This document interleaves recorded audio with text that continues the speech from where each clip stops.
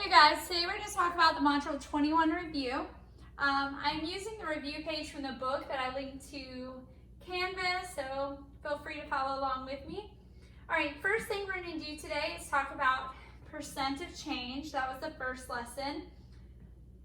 Percent of change started with having two numbers and figuring out the percent of increase or decrease. So problem 1 in the book says an increase from 36 to 63. Remember, there's 3 steps. Step 1 is to subtract. Step 2 is then to divide by the original, which is the first number. And step 3 is to change your decimal to a percent. So change to a percent. To do that, you move the decimal 2 places. Okay? All right, so number 1 says we're going from 36 to 63. Step 1 is to subtract them. So when I subtract 63 minus 36, that gives me 27. I'm then going to divide 27 by my original amount, which is 36. You're more than welcome to use a calculator, and when you do, I got 0.75, which as I move my decimal 2 places means that that's a 75% increase. Remember, this week is nothing new, just a review. Feel free to pause this if you need to, if I'm going too fast or if you want to try it first. Number 2 says I'm going from 50 down to 35, so this would be a decrease. Step 1 again is to subtract. When I subtract, I get 15. I would then divide it by my original, which is 50. Using a calculator, that gives me 0.3. Then I'll move my decimal twice, which means I add a 0 here, which gives me 30%. Okay? All right, next one of these, there's 2 more. There's a total of 4. So number 3 in your text says we're going from 40 to 72. So when I subtract those, 72 minus 40, I get 32. Then I just leave that in my calculator and divide by original, which is 40. Gives me 0.8, which is 80%. So that was an increase of 80%, which makes sense. 100% would have doubled. All right, next one, number 4, the last one of these, says going from 90 to 69. That's a decrease because we're going down. When I subtract them, oops, hang on, I think I wrote that wrong. It's actually 92. Sorry, I wanted to correlate with your book. So 92 to 69.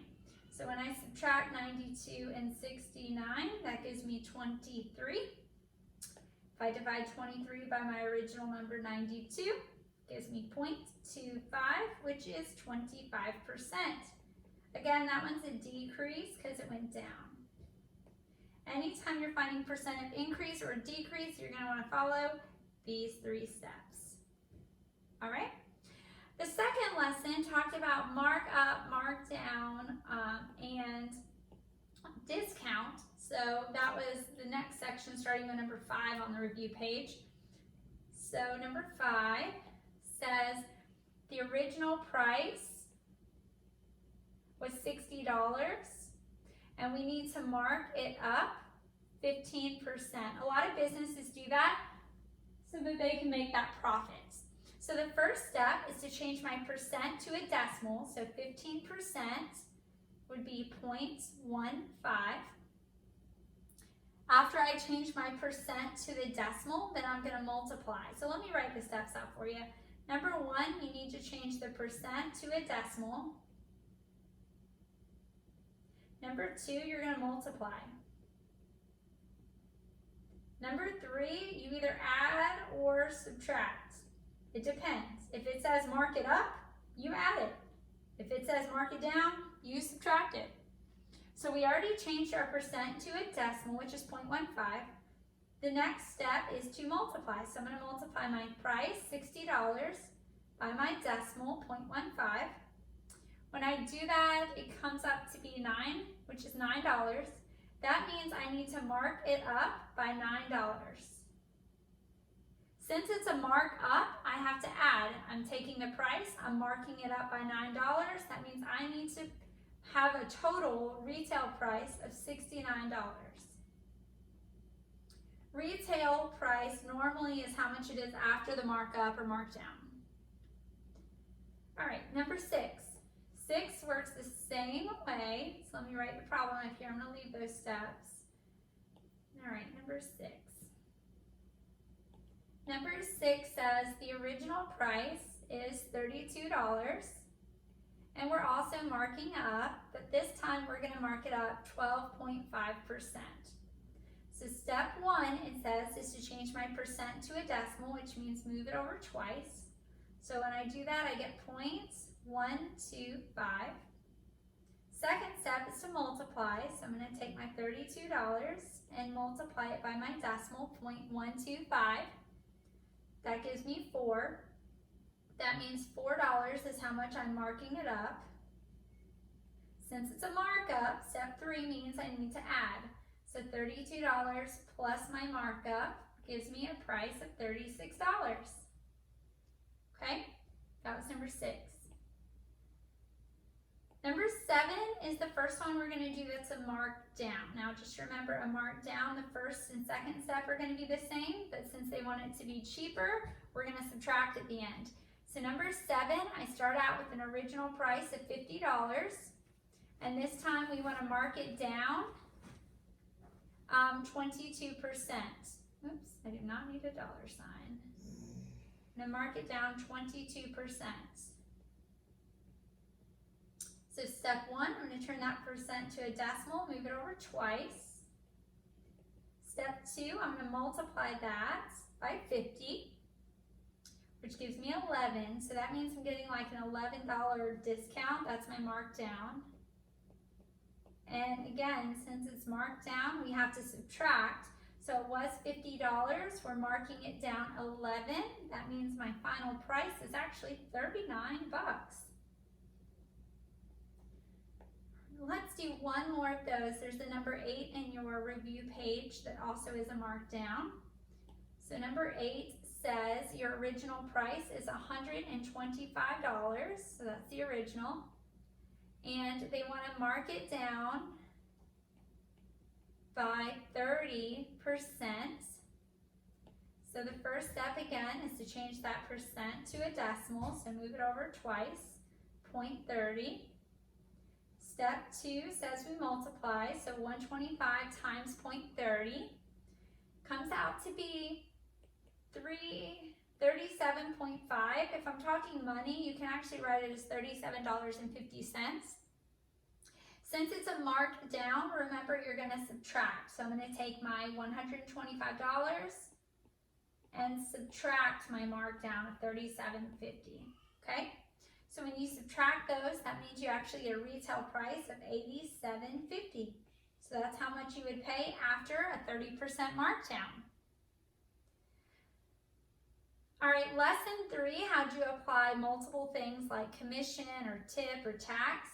So we're going to do 3 out of those 4 problems because one of them is not like something you're going to see. So we're going to do 9, 10, and 12, okay? So we'll start with number 9. Number 9 says May's salary is $325 plus 6.5% commission. Commission is like money you make on a sale. So like if you are a car salesman, you make a percent of the amount you sell as commission. So we'll talk some more about that in just a second. So the person, May, she makes $325 plus she makes 6.25 commission on her sales. They want to know how much would she make if she has sold $4,800 worth of products. So the first thing I would do is kind of rewrite this in a math equation. So you know her salary is $325 plus 6.5%. We know we change our percents to decimals, so if I move that over twice, it would be 0.065. So she makes 6.5% commission on her sales. So I'm going to have to multiply that by 4,800. You always multiply, remember, you change your percent to a decimal, then you multiply. And that's going to give us her total amount of earnings. Now, just remember, order of operations tells you you're always going to have to multiply first. So in my mind, I know I'm going to have to do this part first and then add 325. So I would suggest you use a calculator. 0.065 times 4,800 comes up to 312. That's how much commission she made, plus the 325, which is her salary. So together, she has made a total of $637.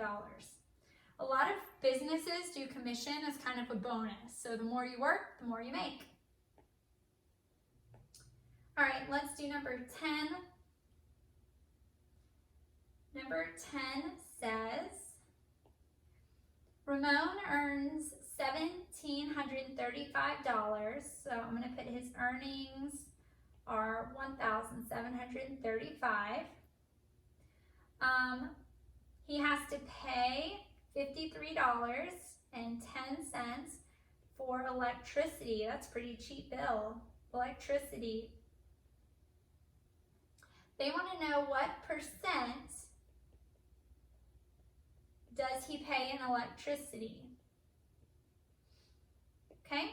This is actually a lot easier question than what you may think. Anytime you set up a fraction or a percent, you always put the parts in relation to the whole. So he's only paying a part of his check to electricity. He's paying $53.10. The whole amount of his check is $1,735. To figure out the percent here, all you got to do is divide. So in a calculator, I literally typed 5310 divided by 1,735, which gave me this number, 0.030605. It kept on going. But this is a decimal number, and as we've done all chapter, you move it over 2 places to turn it into a percent. I would take a couple answers here. I would take 3%. Or if you wanted to round that 6 up, you could say 3.1%. But either of these answers are really good answers, okay? All right, the final problem that we're going to do is number 12. And again, these last section is just the application, so trying to use percents in multiple formats. Number 12 says you buy a meal for $45. The tax is 6%. And you're going to tip 20% on the pre-tax amount. That means you're only going to tip on the $45, not on the total with the tax, okay? So first thing is you got to think about tax. Tax is a fee that we pay in addition to the cost of the meal. So to find tax, I'm going to do 45 times 6% as a decimal is 0.06, okay? Because you change your percent to a decimal, then you multiply. So 45 times 0.06 is 270. 270 is the amount of tax I have to pay. So I'm going to leave that right here. That's the tax. I'm going to be using that in just a second. Second thing we pay in addition to the cost of the meal is tip. So when you go to a restaurant, if your meal's $45 and you want to leave a 20% tip, you turn that percent to a decimal, so 0.20, and you multiply. So 45 times 0.20 is 9, so that means we need to leave a $9 tip. Now, the last step here is to realize that both tax and tip add to the cost of a meal. So when your parents go out to eat somewhere, it's not just important for them to think about adding up all of the items you're buying, but also adding the tax and the tip. So to get my final cost for this meal, I'd have to take my meal price, which is $45, plus the tax of $270, plus the tip, which we said was $9.